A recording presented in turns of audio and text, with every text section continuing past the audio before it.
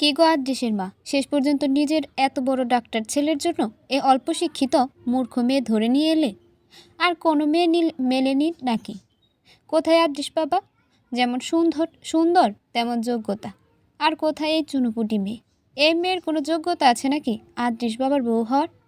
প্রতিবেশী মহিলা আয়নাকে উদ্দেশ্য করে খোঁচা দিয়ে বলল। লজ্জায় মাথা নিচু করে ফেলল আয়না। চোখ ভরে উঠল তার। নাস্তা করার পরপরই কিছু প্রতিবেশী মহিলা এসেছিল বউ দেখতে। তাদের নাকি বিকেল পর্যন্ত সহ্য হচ্ছিল না, তাই এখনই বউ দেখতে চলে এসেছে। তাই আয়না আর মীরাকে পরিপাটি করে তাদের সামনে নিয়ে আসা হয়। আর তাদের মধ্যে একজন উপরোক্ত কথাগুলো বলে। আদ্রিসের মা অনু আলতো হেসে বলে, ভাবি, আমার ছেলে বউয়ের যোগ্যতা আপনাকে যাচাই করতে হবে না, ওটা আমরা দেখে নেব। তাই এই বিষয়ে আপনার মাথা না ঘামালেই ভালো হয়। কিন্তু মহিলা দমবার পাত্র না, মুখ ঝামটা মেরে বলল, মাথা ঘামাবো না কেন ভাবি? আপনার ছেলে আদ্রিসের জন্য আমার ভাগ্নির প্রস্তাব দিলাম, আপনি রাজি হলেন না। আমার ভাগ্নি কোনো অংশে কম ছিল? দেখতে যেমন সুন্দরী তেমন শিক্ষিত, ডাক্তারি পাশ করেছিল, রূপে গুণে অনন্যা আমার ভাগ্নি। আর এই মেয়ে, বয়স তো একেবারে অল্প মনে হচ্ছে। না আছে শিক্ষা আর না আছে যোগ্যতা। কি দেখে একে নিজের ছেলের একমাত্র হীরের টুকরো ছেলের বউ করলেন? এত অপমান আর সহ্য হচ্ছে না আয়নার। জীবনে তো কম অপমান খোটা সহ্য করেনি। বাবার বাড়িতে কথা শুনতে শুনতে দিন গেছে তার, এখন কি শ্বশুর বাড়িতেও? তার জীবনে ঘটা কোনো কিছুর পিছনেই তার হাত নেই। সে তো চেয়েছিল অনেক পড়ালেখা করতে, তার তো অনেক স্বপ্ন ছিল, কিন্তু সব যে মাটি চাপা পড়ে গেল। প্রতিবেশী মহিলার সাথে তাল মিলিয়ে আরেকজন মহিলা মুখ বাঁকা করে বলল, হ্যাঁ গো অনু, মিতালি তো ঠিকই বলেছে। এমন অশিক্ষিত মেয়েকে নিজের বাড়ির বউ করলে কিভাবে? আমার বউ শিক্ষিত হোক বা অশিক্ষিত, মূর্খ হোক বা অল্প শিক্ষিত, তা নিয়ে আপনাদের না ভাবলেও চলবে। লাইফটা আমার, বউও আমার। অথচ আপনাদের চিন্তা দেখি অনেক বেশি। আমরা আপনাদের প্রতিবেশীর উপকার করতে গিয়ে নিজের আবার ক্ষতি না করে ফেলেন। সবার জন্য এত চিন্তা দেখালে গলে পড়ে গেলে পরে দেখা যাবে ব্রেন স্ট্রোক করে ফেলেছেন। তাই নিজেদের মাথায় এত চাপ দেওয়া বন্ধ করুন, সেটাই আপনাদের জন্য ভালো হবে। আদ্রিসের করা জবাবে দমে গেল মহিলাগুলো। আদ্রিসের আগমনে আর জবাবে হাসি ফুটল পরিবারের উপস্থিতি সকলের মুখে। লাল চোখে মহিলাগুলোর দিকে তাকিয়ে আছে আদ্রিস। প্রচণ্ড রাগ হচ্ছে তার। একটু বাইরে যাবে ভেবেছিল সে, তাই রেডি হতে রুমে গিয়েছিল। কিন্তু নিচে এসে এমন কিছু শুনে নিজের মাথা ঠান্ডা রাখতে পারেনি সে। মিতালি নামক মহিলাটি আরও কিছু বলতে চাইলে হাত দেখিয়ে তাকে থামিয়ে দিল আদ্রিস। মহিলাও চুপ বনে গেল। আদ্রিসের রাগ সম্পর্কে তাদের সবারই জানা আছে। এমনিতে চুপচাপ থাকলেও রেগে গেলে সবার পক্ষে ঠেকানো মুশকিল হয়ে যায়। আদ্রিস পুনরায় শক্ত গলায় বলল, আমার বউকে আমি শিক্ষিত বানিয়ে নেব, আমার যোগ্য করে নেব, গড়ে তুলব। তাই আপনাদের চিন্তা কমিয়ে ফেলুন। বউ দেখতে এসেছেন, বউ দেখুন, কিন্তু যাচাই করবেন না, কারণ সে আমার স্ত্রী আর আমার পরিবারের মতামতে হয়েছে, আপনাদের মতামতে না। পরবর্তীতে যেন কখনো আপনাদের আমাদের পারিবারিক বিষয়ে নাক গলাতে না দেখি, না হলে আমার চেয়ে খারাপ কেউ হবে না। কথা শেষ করে গটগট করে পা ফেলে বাইরে চলে গেল আদ্রিস। আদ্রিসের বলা কথায় মুখ কালো হয়ে গেল মহিলাগুলোর। তারাও বেরিয়ে গেল বাড়ি থেকে। মহিলাগুলো যেতেই আনিকা লাফিয়ে উঠে বলল, বাহ ব্রো তো আজকে ফাটিয়ে দিয়েছে। সেই জবাব দিয়েছে মহিলাগুলোর। মুখ একেবারে বন্ধ হয়ে গেল। এক একটা শাকচুন্নি মার্কা মহিলা। আমার তো ইচ্ছে করছিল তাদের চুলগুলো টেনে টেনে ছিঁড়ি। আসছে নিজের ভাগ্নি নিয়ে। তার ভাগ্নি কেমন পেতনি মার্কা আমরা জানি না ভেবেছে। বাপের টাকায় প্রাইভেটে পড়াশোনা করেছে। সে নাকি আবার মেধাবী। ছোট ছোট কাপড় পরে দুনিয়ার আটা ময়দা মুখে লেপে থাকে। সে নাকি আবার সুন্দরী। আনিকার এক্সপ্রেশন আর বলার ধরনে হেসে ফেলল সবাই। অনু আনিকার কান টেনে ধরে বলল, বড়দের নিয়ে এভাবে কথা বলতে হয়? কাউকে নিয়ে এভাবে বলতে হয় না। আনিকা ব্যথায় চিল্লিয়ে বলল, বড় মা ছাড়ো আমার কান, ব্যথা পাচ্ছি তো। আর আমি কি সে ধেয়ে মহিলাকে এসব বলতে গিয়েছি? সেই তো সবসময় এমন ধরনের কাণ্ড করে। অনু কান ছেড়ে দিয়ে গালে হালকা চাপড় দিয়ে বলল, তাও এভাবে বলবি না, বুঝেছিস? আনিকা গাল ডলতে ডলতে মাথা নাড়ালো। আয়না অনু আর আনিকার কাণ্ডে হেসে ফেলল। তার চোখে এখনো পানির ছাপ আছে, কিন্তু ঠোঁটের করে লেগে আছে তৃপ্তির হাসি। আদৃশ যে তার পক্ষে কথা বলবে ভাবতেও পারিনি সে। আয়না মনে মনে ভাবতে লাগলো, এই বাড়ির সবাই এতটা ভালো কেন? আর লোকটাকে আমি খারাপ ভেবেছিলাম, কিন্তু সে এতটাও খারাপ না। আয়নার ভাবনার অবসান ঘটালো অনুর কথায়। সে আনিকাকে বলল, যা তো আনিকা, আয়নাকে রুমে দিয়ে আয়, একটু রেস্ট নিক, তারপর আবার রিসেপশনের জন্য তৈরি হতে হবে। আনিকা সম্মতি জানিয়ে আয়নাকে নিয়ে রুমে দিয়ে আসলো। আদৃশের রুমের ব্যালকনিতে এই প্রথম প্রবেশ করলো আয়না। একটা শীতল বাতাস ছুঁয়ে গেল তার শরীর জুড়ে। বেলকনিতে এসে মনটা ভালো হয়ে গেল আয়নার। আদৃশের রুম যেমন পরিপাটি, তেমন বেলকনিও। বিশাল বড় বেলকনি, এক সাইডে 2টা সোফা রাখা, হয়তো এখানে বসে কাজ করে সে। আরেক সাইডে একটা দোলনা টাঙানো, সামনে অনেকগুলো গাছ সাজানো, ফুল গাছ হয়তো। কিছু কিছু গাছে কলি এসেছে, শীঘ্রই হয়তো ফুল ফুটবে। আয়না দোলনায় গিয়ে বসে পড়ল। তাকে রেস্ট নিতে বলা হয়েছিল, কিন্তু অনেকক্ষণ একাত ওকাত করে তার ঘুম আসলো না, তাই বেলকনিতে চলে এসেছে। দোলনায় বসে শীতল বাতাস উপভোগ করতে লাগলো সে। কিন্তু আয়নার শান্তি বোধহয় সহ্য হলো না আদৃশের। পেছন থেকে এসে বলল, এই মেয়ে শোনো। হঠাৎ করে আদৃশের আওয়াজে ভয়ে দাঁড়িয়ে গেল আয়না। মনে মনে বলতে লাগলো, দোলনায় বসার জন্য বকা দিবে নাকি? আয়নার ধারণাকে ভুল প্রমাণিত করে আদৃশ পড়ল, পড়াশোনা কত দূর জানো? মানে বলতে চাচ্ছি, কোন ক্লাসে পড়ো তুমি? আয়না অবাক হলো পড়াশোনার কথা জিজ্ঞেস করায়। মাথা নিচু করে নির্ম স্বরে জবাব দিল, এবার এইচএসসি দিয়েছি। আদৃশ আয়নার কাছাকাছি এসে দাঁড়ালো। শান্ত কণ্ঠে ফের জানতে চাইল, ভবিষ্যতে কি হওয়ার ইচ্ছা আছে? কি নিয়ে পড়াশোনা করতে চাও? আয়না দীর্ঘশ্বাস ফেলে বলল, ডাক্তার হওয়ার ইচ্ছা আছে। কিন্তু আদৃশ কপাল কুঁচকে বলল, আমাদের প্রত্যেকের জীবনেই নির্দিষ্ট একটা লক্ষ্য থাকে। সেই লক্ষ্য পূরণের মাঝে কোনো কিন্তু রাখা উচিত না, তাহলে কখনোই সেই লক্ষ্য পূরণ হবে না। তাই প্রবল ইচ্ছা শক্তি, এমন একটা কনফিডেন্স থাকা দরকার। আমার জীবনে যত বড়ই তুফান আসুক না কেন, আমি আমার লক্ষ্য স্থির থাকব, তাহলেই সফলতা আসবে। আদৃশের কথাগুলো শুনে মুগ্ধ হলো আয়না। মুগ্ধ দৃষ্টিতে তাকিয়ে রইল আদৃশের দিকে। সে তো কখনো এভাবে ভেবে দেখেনি, আর না তাকে কেউ এভাবে বুঝিয়েছে। আচ্ছা, এইচএসসি পরীক্ষা তো প্রায় 1 মাস হয়ে যাবে। তুমি কোন কোচিংয়ে অ্যাডমিশন নিয়েছো ভর্তি পরীক্ষার জন্য? আদৃশের কথায় মাথা নিচু করে ফেললো আয়না। কি বলবে সে এখন? অনেক কষ্টে এত দূর এসেছে, পড়েছে কম বেতনের স্কুল কলেজে, আর অ্যাডমিশনের জন্য কোনো কোচিংয়ে ভর্তি হতে গেলে তো এক মুঠ টাকার প্রয়োজন। কে দেবে তাকে এত টাকা? সৎ বাবাকে একবার কোচিংয়ে ভর্তি করানোর কথা বলতেই খেকিয়ে ওঠেন তিনি। মুখের উপর বলে দিয়েছিলেন 1 টাকাও তিনি দেবেন না, খরচ করবেন না। সেদিন খুব কেঁদেছিল আয়না। বাবা না থাকলে যে একটা সন্তানের জীবনের নরকীয় হয়ে যায়, তা হাড়ে হাড়ে টের পেয়েছে সে। এরপর থেকে সে পাঠ্য বইগুলো ভালো করে পড়েছে। কলেজের এক শিক্ষকের কাছ থেকে জেনে নিয়েছে মেডিকেল অ্যাডমিশন একই ধরনের প্রশ্ন হয়। সেভাবেই নিজে থেকে চেষ্টা চালিয়ে গিয়েছে, যতটুকু নিজে থেকে পারা যায়। রিয়া আয়নার অবস্থা সম্পর্কে অবগত ছিল। আয়নার ইচ্ছা আর মেধা দেখে তার খুব ইচ্ছা করত আয়নাকে সাহায্য করতে, কিন্তু সে নিজেও গরিব ঘরের সন্তান। তারপরও নিজের এক আত্মীয়র ছেলের সাথে যোগাযোগ করে তার কাছ থেকে পুরনো মেডিকেল অ্যাডমিশনের বই জোগাড় করে দেয় আয়নাকে। যেদিন রিয়া আয়নাকে বইগুলো দিয়েছিল, সেদিনও কেঁদেছিল আয়না, তবে সুখের কান্না। অনেকক্ষণ রিয়াকে জড়িয়ে ধরে বসেছিল। এমন বান্ধবী পাওয়া সত্যিই ভাগ্যের ব্যাপার। আয়নাকে চিন্তায় মগ্ন দেখে তার কপালে টোকা দিল আদৃশ। ভাবনার মাঝে কপালে টোকা পড়ায় চমকে উঠল সে। আদৃশ বলল, এত ভাবো কি? হ্যাঁ, কিছু বললেই ভাবনার সাগরে ডুবে যাও? এরপর থেকে কিছু জিজ্ঞেস করলে আগে আমার উত্তর দেবে, তারপর নিজের ভাবনা খুলে বসবে। আদৃশের কথায় আয়না বেকল বনে গেল। ভাবনা যখন আসবে তখনই নয় ভাববে, নাকি ভাবনাকে উঠিয়ে রাখবে, তারপর ফ্রি টাইমে ভাবতে বসবে? তো বলেন ম্যাডাম, কোন কোচিংয়ে ভর্তি হয়েছেন? আয়না চোখ নামিয়ে নিচু স্বরে জবাব দিল, কোনো কোচিংয়ে না। আয়নার কথা অবাক হলো আদৃশ। হালকা চিল্লিয়ে বলল, হোয়াট?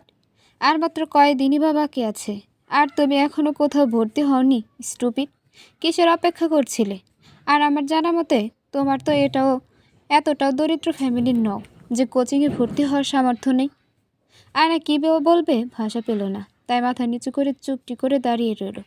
আদ্রিস কিছুক্ষণ আয়নার মুখ পর্যবেক্ষণ করে বুঝল নিশ্চয়ই কোনো কারণ আছে যা আয়না বলতে চাচ্ছে না।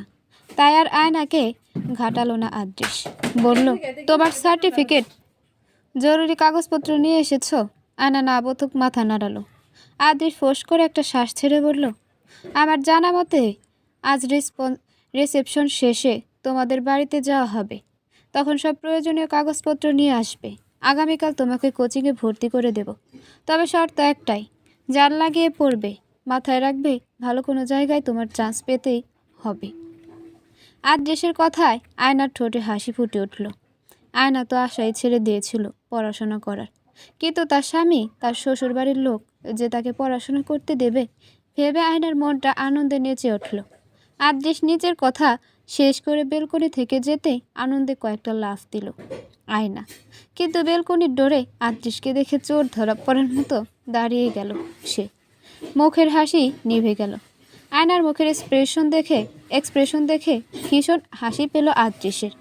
নিজের হাসিকে নিয়ন্ত্রণ করে গম্ভীর গলায় আয়নাকে বলল, শুধু ব্যাগের মতো লাফালে হবে না, অনেক অনেক পড়াশোনা করতে হবে, বুঝতে পেরেছেন বাচ্চা? শুধু শুধু বাচ্চা বলি নাই। আয়না আদ্রিসের কথায় মারাত্মক লজ্জা পেল। এভাবে ধরা পড়ে যাবে বুঝতে পারেনি সে। নিজের চঞ্চলতা সে কখনো কারোর সামনে প্রকাশ করে না, সব সময় গম্ভীর চুপচাপ থাকে। তার মানে এই নয় যে তার মাঝে চঞ্চলতা নেই। এক সময় সে চঞ্চল ছিল, অনেক বেশি হাসি খুশি ছিল, কিন্তু পরিস্থিতি তাকে এমন বানিয়ে দিয়েছে। আদ্রিস আয়নার কপালে আরেকটা টোকা দিল। এবার বিরক্ত হলো আয়না, রাগ করে মনে মনে বলতে লাগলো, বারবার কপালে টোকা দেয় কেন? আমি বুঝি ব্যথা পাই না? আদ্রিস বলল, বারবার কোনো ভাবনার জগতে হারিয়ে যান আপনি। 1 ফুটের বাচ্চা, তার নাকি আবার এত চিন্তা। যেটা বলতে এসেছিলাম, বোরিং লাগলে আনিকার কাছে যেতে পারো। তুমি রেস্ট করছো ভেবে সে একাই টই টই করে ঘুরে বেড়াচ্ছে। এবার আর দাঁড়ালো না আদ্রিস, সোজা রুম থেকে বেরিয়ে গেল। আদ্রিস তার ভালো লাগার কথা চিন্তা করছে ভেবে ভীষণ ভালো লাগলো আয়নার, কিন্তু তাকে 1 ফুটের বাচ্চা কেন বলল? তার উচ্চতা 5 ফিট 4 ফুট 4 ইঞ্চি। সে কেন 1 ফুটের বাচ্চা হতে যাবে ভেবে গাল ফুলালো সে। তাকে টিটকারি মেরেছে আদ্রিস, বুঝে আসলো তার। রিসেপশন শেষে আয়নাদের বাড়িতে এসেছে আয়না, আদ্রিস আর মীরা আহিল। গাড়ি থেকে নেমে ভয়ে ভয়ে বাড়িতে প্রবেশ করলো আয়না। আয়নার থমথমে মুখ, ভয়ার্ত চাহনি গভীরভাবে অবলোকন করলো আদ্রিস।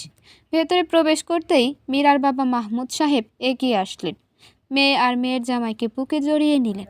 সৌজন্যতার খাতিরে আদ্রিসকেও জড়িয়ে ধরলেন, কুশল বিনিময় করলেন, কিন্তু আয়নার দিকে তাকিয়েও দেখলেন না। এসব দেখে মন ব্যথিত হলো আয়নার।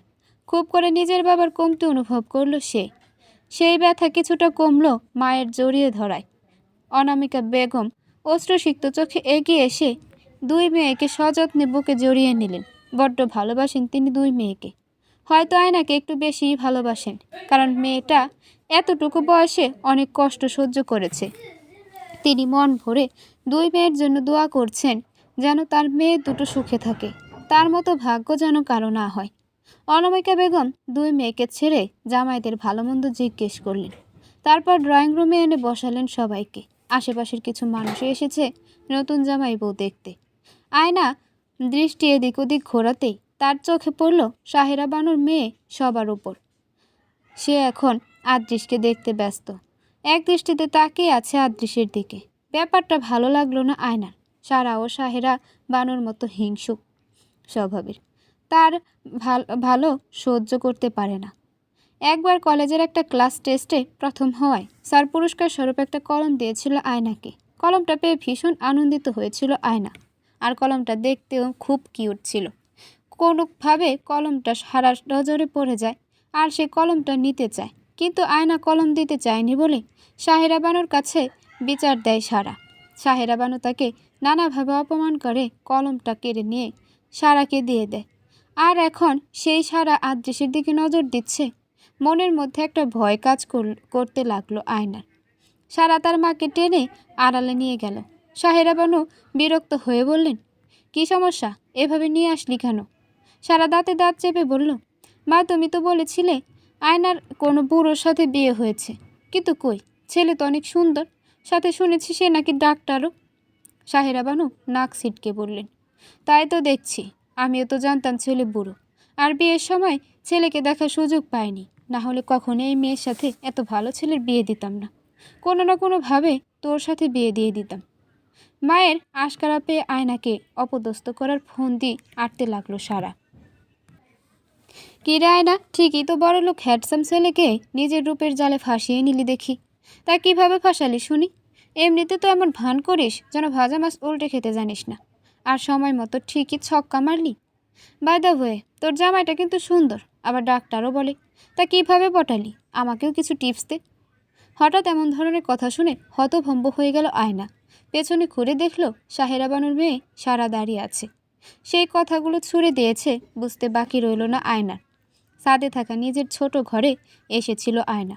হয়তো এই ঘরে কোনো বিলাসিতা আরাম নেই, কিন্তু নিজের জীবনের এতগুলো বছর তো এই ছোট রুমে কাটিয়েছে সে। তার সকল আনন্দ কষ্ট হাসি কান্নার সাক্ষী তো এই রুমটাই। তাই সকলের কথার ফাঁকে উঠে নিজের রুমটায় চলে এসেছে সে। আর এখানে আসতেই সে সারার বাজে ব্যবহারের শিকার হবে বুঝতে পারেনি আয়না। আয়নাকে উঠে আসতে দেখে তার পিছু পিছু এসেছে সারা। আয়নাকে অপমান করার একটা সুযোগও ছাড়তে চায় না সে। সারার কথায় মাথা নিচু করে ফেলল আয়না। সারা তার চেয়ে সব বয়সে বড়, তাই তাকে কখনোই অসম্মান করতে চায়নি আয়না। তাই আজও চুপচাপ সারার কথা হজম করে নিল সে। এসব শোনার অভ্যাস তার বহু আগে থেকে আছে। সাহেরা বানু তাকে উঠতে বসতে এসব কথা শোনাতেন। আয়নাকে জবাব না দিতে দেখে তার হাতটা শক্ত করে চেপে ধরল সারা। আয়নার ভালো ঘরে বিয়ে হয়েছে দেখে সহ্য হচ্ছে না সারার। আমাদের সমাজে এমন কিছু মানুষের বসবাস রয়েছে যারা অন্যের ভালো সহ্য করতে পারে না। সারাও হয়তো তাদের অন্তর্ভুক্ত। এত শক্ত করে হাত ধরায় ব্যথায় ঘুঙ্গিয়ে উঠল আয়না। চোখের কোণে জল জমে গেল। সারা দাঁতে দাঁত পিষে বলল, কি হলো বল, কথা বলিস না কেন? নিজের কুকীর্তি বলতে লজ্জা লাগছে? করার সময় তো লজ্জা লাগেনি। মীরাপুর শ্বশুরবাড়ির লোকদের ভালোই তো বশ করেছিলি। তারা তোর সাথে জিজুর বড় ভাইয়ের বিয়ে দেবার জন্য মীরাপুর বিয়ে ভাঙতে প্রস্তুত ছিল। লজ্জা লাগেনি এসব করতে? ওর লজ্জা লেগেছে কি না সেটা পরে দেখবেন। আগে এটা বলুন, আপনার লজ্জা লাগছে না ওর সাথে এমন ব্যবহার করতে? আপনার সাহস কী করে হলো আমার ওয়াইফের গায়ে হাত দেওয়ার? How dare you! আপনি কে ওর কাছ থেকে কৈফিয়ত চাওয়ার? আচমকা কারো কঠিন গলায় বলা কথায় হাত আলগা হয়ে গেল সব সারার। আয়নার হাত ছেড়ে ভয়ার্ত দৃষ্টিতে পিছে ফিরে চাইল।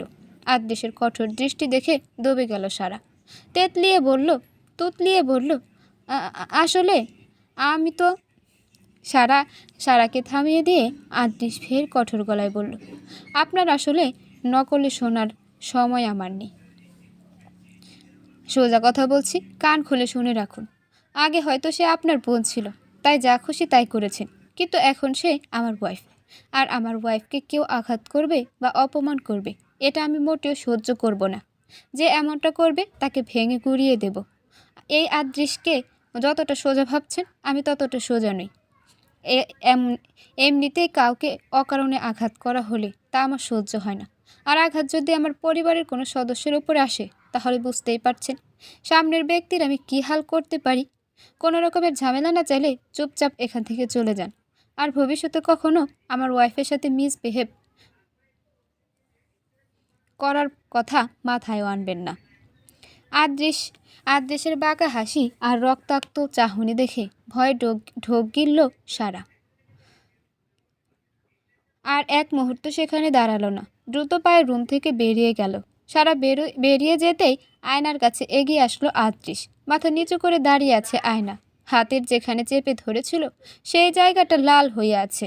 চোখ দিয়ে ফোঁটায় ফোঁটায় পানি পড়ছে। তাকে আড়ালে অপমান করলে সে সহ্য করে নেয়, কিন্তু আদৃশ তাকে অপমানিত হতে দেখেছে ভেবে লজ্জায় কান্না আসছে তার। আদৃশ আয়নার হাতের লাল হওয়া জায়গাটা শক্ত করে চেপে ধরল। অবাক অশ্রুসিক্ত চোখে আদৃশের পানে চাইল আয়না। তার ব্যথা লাগছে, কিন্তু মুখ দিয়ে একটা শব্দ বের হচ্ছে না। আদৃশ আয়নার দিকে রাগের চোখে তাকিয়ে বলল, ওই মেয়ে তোমাকে ইনসাল্ট করলো, আঘাত করলো, তাও কিছু বললে না কেন স্টুপিড? কে দিয়েছে ওকে এমন ব্যবহার করার অধিকার? কেন কিছু বলনি? আদৃশের ধমকে কেঁপে উঠল আয়না। ভয়ের চোখের পাতা বন্ধ করে ফেলল। কাঁপা কাঁপা গলায় বলল, সারাপু আমার তুলনায় বয়সে বড়, আমি চাই না তাকে অসম্মান করতে। আদৃশ আয়নার হাত ছেড়ে দিয়ে বলল, সম্মান তাকেই দিতে শিখো যে সম্মান পাওয়ার যোগ্যতা রাখে।